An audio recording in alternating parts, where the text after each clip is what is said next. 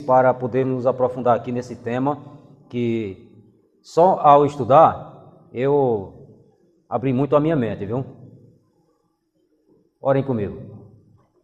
Querido Deus e Pai Todo-Poderoso, aqui estamos, Senhor Deus, logo cedo, te adorando, estudando a Tua Palavra. E agora, depois de louvores, depois de orações, depois de buscar mais conhecimento na Escola Sabatina, agora vamos continuar aqui na programação, dividindo aqui o pão da vida, que é agora no sermão, conhecendo mais de Ti. Seja conosco e que Teu Santo Espírito seja o nosso professor, em nome de Jesus. Amém. Pois bem, eu até queria fugir do tema. Eu falei, eu não vou pregar, mas desculpa, perdão, tá?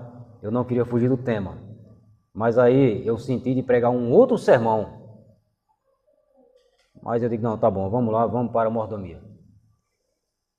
Irmãos, para começar aqui, já deixa a sua Bíblia aberta em Gênesis, no capítulo 1, que é onde vamos começar por aqui, que não tem como, pelo que eu vejo aí, muitas pregações, a maioria, quando vai pregar sobre mordomia, ele sempre usa aqui Gênesis capítulo 1, capítulo 2 ali, em relação também à vida de Adão. Eu queria usar outros textos, lógico, tem muitos textos aqui que você poderia usar, até mesmo sobre a pregação do Evangelho. Porque o que Deus entregou em suas mãos, o que Deus confiou a você, né? É isso que devemos parar para pensar. O que Deus entregou em suas mãos, o que Deus confiou a você, você está aqui para quê nessa terra? Essa é a pergunta. Gênesis, no capítulo 1, tá? Mordomia cristã. O que é ser um mordomo? Ou o que é mordomia? Essa é a primeira pergunta aqui para você. O que é mordomia? Mordomia é você cuidar, né? Com muito carinho e com muito amor, ou administrar aquilo que Deus te deu, ou aquilo que Deus nos dá. Não é? Não é assim? Aí agora você pensa, ou eu penso, ou eu pergunto. O que Deus confiou a você? O que Deus entregou em suas mãos? Você pode numerar alguma coisa aí? Levanta a mão, pode numerar? Oi? Tudo. O que ele fez? Não entendi. Tempo. Ministério da igreja. Dons. Muita coisa, né? Como a irmã completou aqui também, tudo, né? Agora vamos para o principal, família, né? Família é onde Deus ali deixou em suas mãos, você se você hoje é só você na igreja que está servindo a Deus, seu esposo não, isso está sobre suas costas, você está sendo ali o cabeça da casa praticamente, nesse lado. Se você é o homem que serve a Deus, isso está sobre suas costas. Você que tem que cuidar da família. Então assim, Deus nos confiou algo sim. Inclusive, por isso que eu pedi para você abrir a sua Bíblia aqui, porque Deus, ele deixou tudo sobre as mãos de quem? Lá no Éden. De Adão. Assim também você é o Adão de hoje na sua casa. E também na igreja. Você tem muitas responsabilidades, onde Deus entregou muitas coisas sobre suas mãos, sobre os seus cuidados. Então, para começar, é preciso ir em Gênesis capítulo 1, vamos começar aqui. Diz assim, capítulo 1, versículo 20 e... eu nem marquei aqui.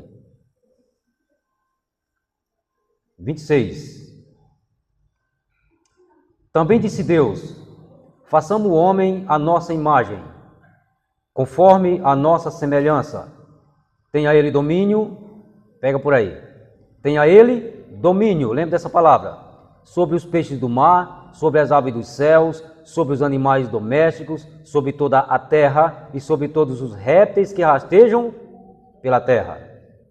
Se você pegar o versículo 28, diz assim, ó, e Deus abençoou e lhe disse, sede fecundos, multiplicai-vos e enchei a terra e sujeitai o quê? O quê?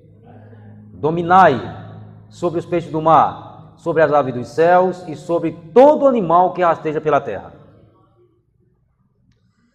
Então Deus confiou a mim Ou seja, mordomia cristã é administrar com sabedoria tudo aquilo que Deus me deu. Até mesmo o dinheiro, né? Até mesmo o dinheiro. Você precisa saber administrar. Mordomia cristã transforma finanças em bênção. Por quê? Daqui a pouco vamos entrar um pouquinho sobre esse detalhe. Porque Deus entrega tudo nas mãos de Adão aqui no Éden. Deus confiou tudo às mãos de Adão. É por isso que ele falou assim, olha, domine Adão, dominai. Até mesmo se você pegar aqui o capítulo 3, aqui você vai ver, capítulo 2, versículo depois ali, 18 em diante, onde Deus diz claramente ali que a mulher é ajudadora, né? Deus, aí você vê um pouquinho embaixo, versículo 19 por ali, que Adão começa a nomear os animais. Por que ele começa a nomear os animais? Porque tudo estava sobre as mãos de Adão, aos cuidados de Adão. Até para nomear os animais, isso Adão fez. Tipo assim, Adão, é com você, faça a sua parte. E qual foi a parte de Deus? Deus, o que Deus nomeou, Adão não tocou. Não tocou. Você já entendeu esse detalhe? Se você pegar o capítulo 1 de Gênesis, diz assim, versículo 3, ó. Disse Deus, haja luz e houve luz. E viu Deus que a luz era boa e fez separação entre a luz e as trevas. Então perceba que aqui Deus criou. Deus trouxe a luz, que é os grandes luzeiros, sol e lua. Adão não chegou e falou, olha, aquele luzeiro vai ser o sol. Não, ali foi com Deus. Ok? A parte seca aparece, Deus traz ali os firmamentos do céu. Adão não nomeou aquilo ali. Isso ali ficou com quem? Com Deus. Agora, o que Adão realmente nomeou foi com Adão, porque Deus entregou aos cuidados de Adão. Então Adão ali, ele era para ser como um governante, né? Mas como já sabemos, ele caiu. Ele caiu e como governante ele deixou a passar a ser governante. E tudo passou ao inimigo, né? Mas tudo que Deus criou, uma boa parte, Deus agora diz assim, ó, Adão, você agora vai ficar responsável. É a responsabilidade que temos, né? Em nosso lar, a família, no trabalho, seja onde for. O que Deus entregou, o que Deus confiou em suas mãos. A família, aí você vai falar, nossa, mas como é complicado. Concordo. Não é fácil, né? Você cuidar de filhos e etc. As coisas de casa, mas você precisa buscar sabedoria. Eu luto com isso, viu?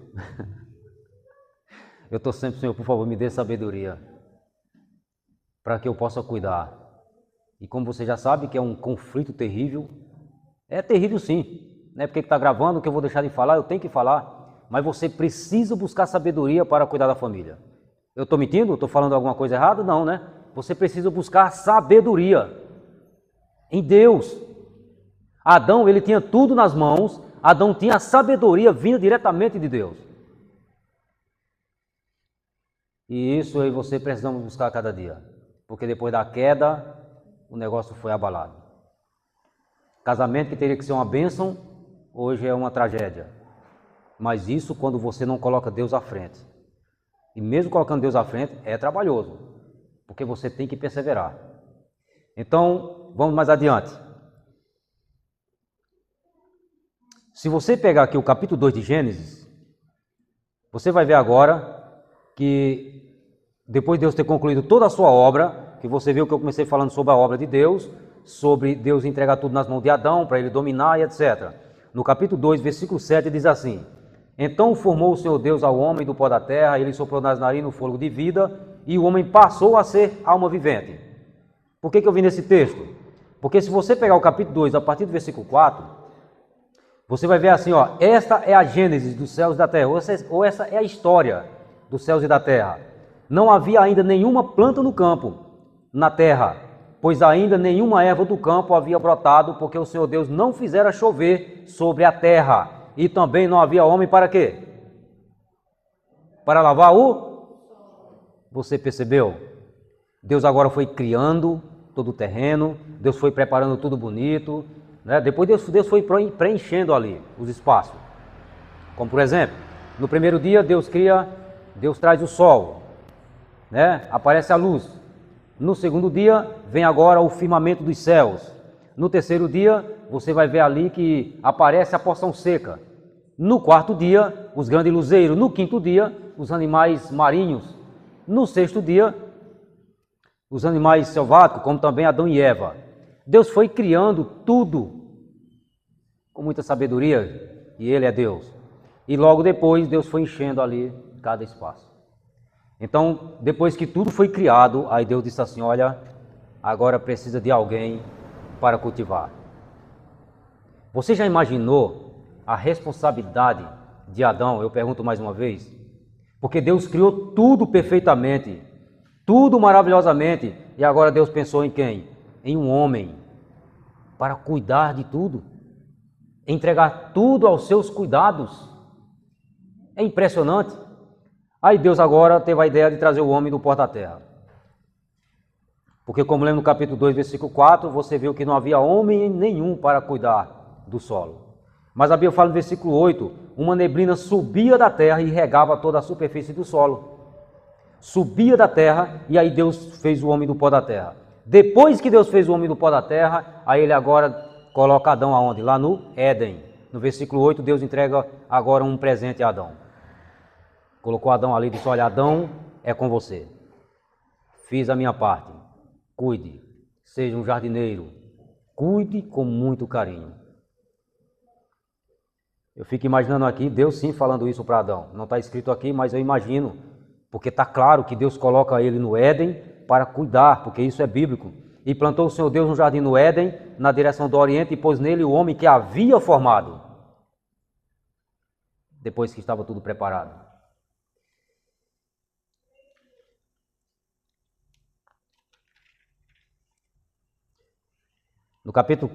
No versículo 15 do capítulo 2, diz assim, tomou, pois, o Senhor ao homem e o colocou no jardim do Éden para o cultivar e o guardar. Coloca o homem no jardim para cuidar do jardim. Aqui está a responsabilidade, porque antes você vê, né, que, como lemos lá, que Deus fala assim, ó, domine Adão. Isso depois que Adão já estava formado. Dominar e domine sobre os peixes do mar, sobre as aves do céu. E aí Adão agora começou a cuidar de tudo, né? Como seria ali? Eu fico imaginando como seria tudo perfeitamente. Adão sem preocupação alguma, né? E hoje vivemos em uma preocupação terrível. Não é assim, Joaquim? E Adão cuidando ali, eu fico imaginando ao amanhecer do dia como seria. Sem poluição, né, patroa? Sem poluição, tudo perfeito. Eu fico imaginando isso. Só que no versículo 16 diz assim, e o Senhor Deus lhe deu esta ordem, de toda ave do jardim comerás livremente. Agora vamos entender aqui. Deus coloca ele no jardim para cuidar. E o Senhor Deus lhe deu essa ordem do jardim, de toda ave comerá livremente. Aqui nós encontramos 2 mandamentos e 2 gumes. Qual que é esse mandamento de 2 gumes? Preste atenção. E o Senhor Deus lhe deu essa ordem, de toda ave do jardim comerás livremente.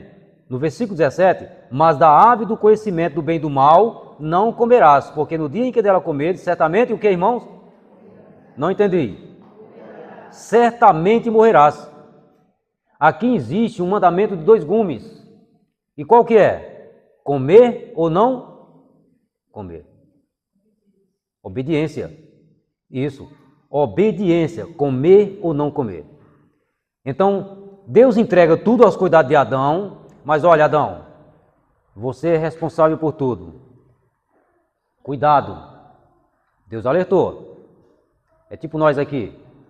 Você é responsável pelo seu lar. Cuidado com o seu andar.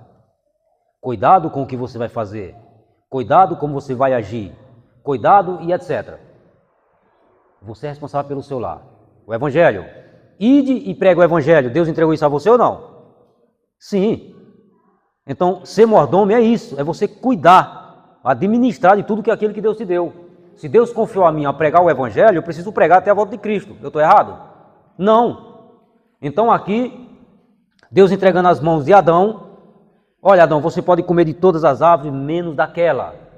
Cuidado como você vai agir. Porque você está responsável por tudo. Preste atenção nisso aí, ó. você está responsável por tudo. Mas, como já sabemos, você viu como que é a responsabilidade? Você está responsável por tudo. No capítulo 3, acontece o quê? A queda, aí tudo começou a desmoronar. Por quê? Ele estava responsável por tudo. Tudo estava sobre as mãos de Adão. Eles eram para governar o planeta Terra, Adão e Eva, bem como também os seus descendentes. Eles eram para governar todo o planeta Terra. Tudo estava sobre suas mãos. Tudo estava sob os seus cuidados. Aí veio a queda e tudo desmoronou-se. Assim somos nós. O que Deus entregou em suas mãos? O que Deus entregou em minhas mãos sob meus cuidados? Se eu não estou sabendo administrar, se eu não estou sabendo cuidar, vai desmoronar assim como aconteceu lá no início. Entendeu? Você entendeu por que nós passamos por sofrimento? Porque nós não conseguimos administrar corretamente as coisas como Deus nos confiou. É assim, irmãos. Simplesmente. Eu falei sobre Gênesis 2,19, olha aí, que Adão ali, Deus confiou a Adão até para nomear os animais. Havendo, pois, o Senhor Deus formado da terra todos os animais do campo e todas as aves dos céus, trouxe-os ao homem para ver como lhes chamaria. E o nome que o homem desse a todos os seres viventes, esse seria o nome deles. Pronto. Então é isso, irmãos. Ser um mordomia cristã é administrar com sabedoria tudo aquilo que Deus nos deu.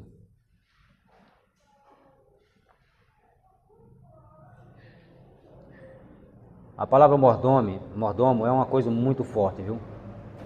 Muito forte mesmo. Um mordomo, aquele que realmente cuida ali do palácio, trabalha no palácio para o rei, ele é a segunda pessoa abaixo do rei, o mais importante. Entendeu? Ele é. Ele é o mais importante. Muita responsabilidade está sobre ele. Isso é tão interessante o quanto nós devemos parar para pensar a responsabilidade que está em nossas costas como mordomo de casa ou da igreja, cuidando dos talentos, de tudo que Deus nos deu. É uma responsabilidade enorme, muito grande. Muito grande mesmo. Quer ver? Abra sua Bíblia em Salmos, capítulo 24, no versículo 1.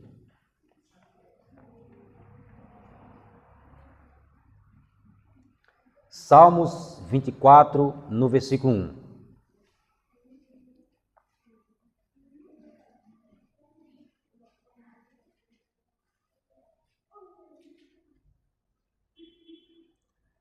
Fala assim: ao Senhor pertence o quê? A terra e tudo que nela se contém, o mundo e os que nele. E aí, você tem alguma coisa? Não temos nada, irmãos. Nada nos pertence. Eu sei que aqui é sobre mordomia e tal, mas eu vou ter que falar algo que aconteceu. Uma vez, eu precisei de buscar uma pessoa em um lugar aqui perto e eu convidei uma outra pessoa. E essa pessoa falou assim: aonde fica essa casa? E eu falei. E ela disse assim: mas é longe, né? Eu falei: não tem problema. Essa pessoa ela está recém-batizada. Ou eu não lembro aqui, se eu não me engano, ela ia se batizar. E eu dei tudo para ela. E essa pessoa falou assim: eu não vou. Eu falei: mas por que você não vai? Não vou colocar meu carro naquele lugar. Que perigo, não? Eu falei: você não vai? Não, não vou. Eu não vou entrar naquele lugar com o meu carro. Falei: tá bom. Eu vou buscar ela nem que seja nas minhas costas, mas eu vou. Falei desse jeito. Aí ela olhou para mim assim e disse: mas você é teimoso, né? Vamos. Fomos buscar. Chegamos na rua, tinha que andar mais ou menos 1,5 km, ou rua comprida, 1,5 que se você for andar a pé, você olhar para trás, você volta. Aí eu olhei de caramba. Ela falou assim, eu não vou entrar nessa rua, vou ficar aqui te esperando. E pode esperar, eu vou buscar ela. Saí do carro e saí andando. Aí lá vem o carro devagarinho, entra aqui, vamos buscar. Eu sabia. Fomos lá e pegamos ela. Buscamos ela e trouxemos. Mas ela veio reclamando até a igreja. E eu calado. Quando saiu do carro, eu falei, Deus abençoe. Por que eu estou falando isso? O carro que você tem não é seu. A casa que você tem também não é sua. O dinheiro que você tem também não é seu. Nada é seu, nem o ar que você respira é seu. Nem o ar, porque quando você morrer, baseado em Eclesiastes 12, versículo 7, diz que até o seu espírito, que é o sopro de vida, vai para quem? Porque pertence a ele, irmãos. Ah, mas o meu carro é o que gasto quando quebro. Tá certo, você tem razão, nesse ponto você tem razão. Que quando quebra é você que vai se virar. Só que se você abre o coração verdadeiramente para ajudar o próximo, Deus vai abençoar para você consertar seu carro e até ter outro. Porque Deus é Deus.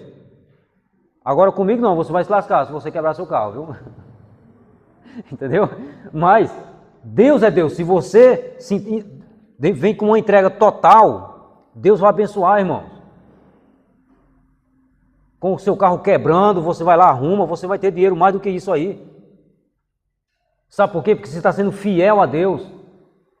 Quando você coloca o seu coração, a confiança em Deus totalmente, a coisa é totalmente diferente.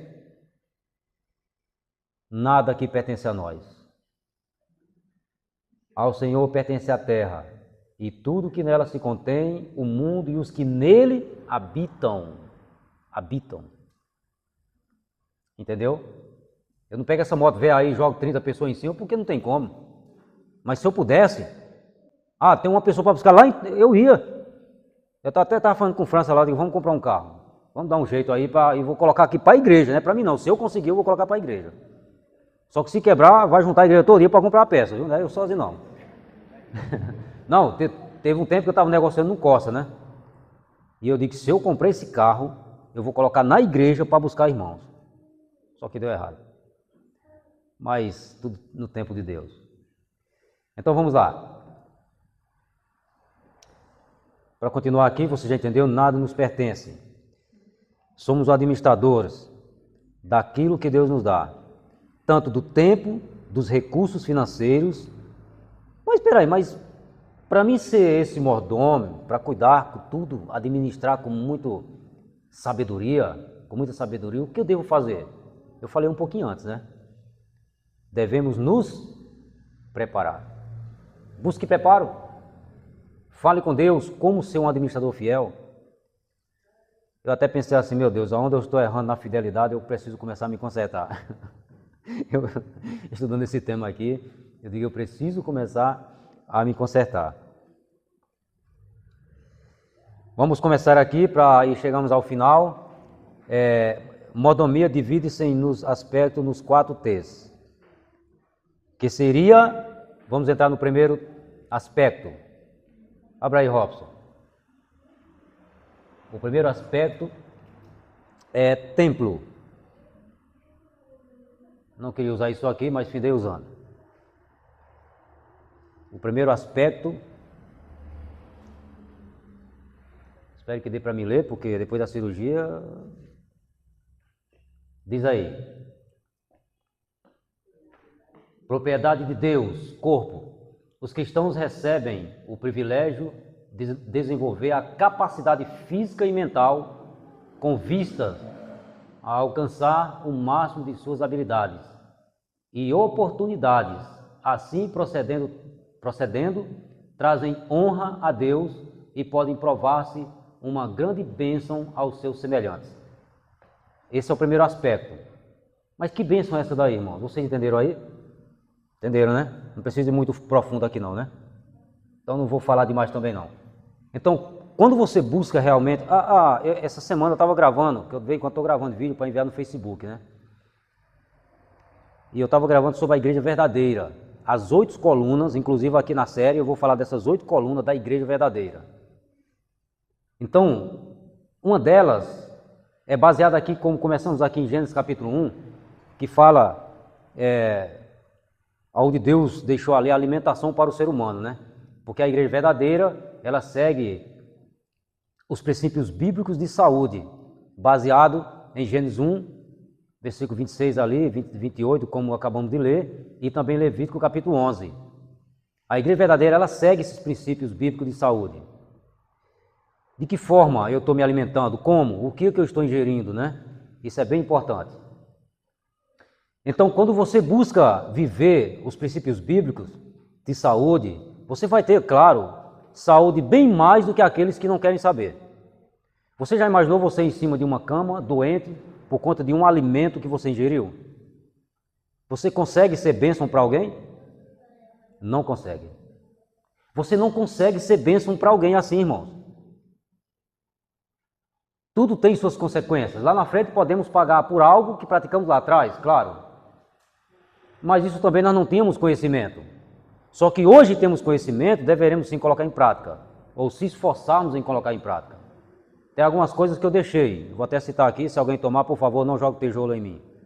Eu deixei de tomar o refrigerante, porque eu vi que aquilo não leva, isso ali é terrível. É terrível, né? Inclusive até mesmo a Coca-Cola, que acaba com você. Então, não vou muito profundo, que você já entendeu aqui, né? Então veja, precisamos buscarmos a viver baseado em Gênesis capítulo 1, para que você seja uma bênção, para que você possa sair, você possa pregar, você possa visitar, e as pessoas vão olhar para você e ver você totalmente, uma pessoa totalmente diferente da vida, da realidade que ela vive. Entendeu? Vamos para o segundo aspecto. O segundo aspecto está no tesouro, né? Ou aquilo que possuímos. Baseado aqui em Salmos 24, que acabamos de ler. Propriedade de Deus, bens materiais, a fim de nos lembrar que Ele é a fonte de todas as bênçãos.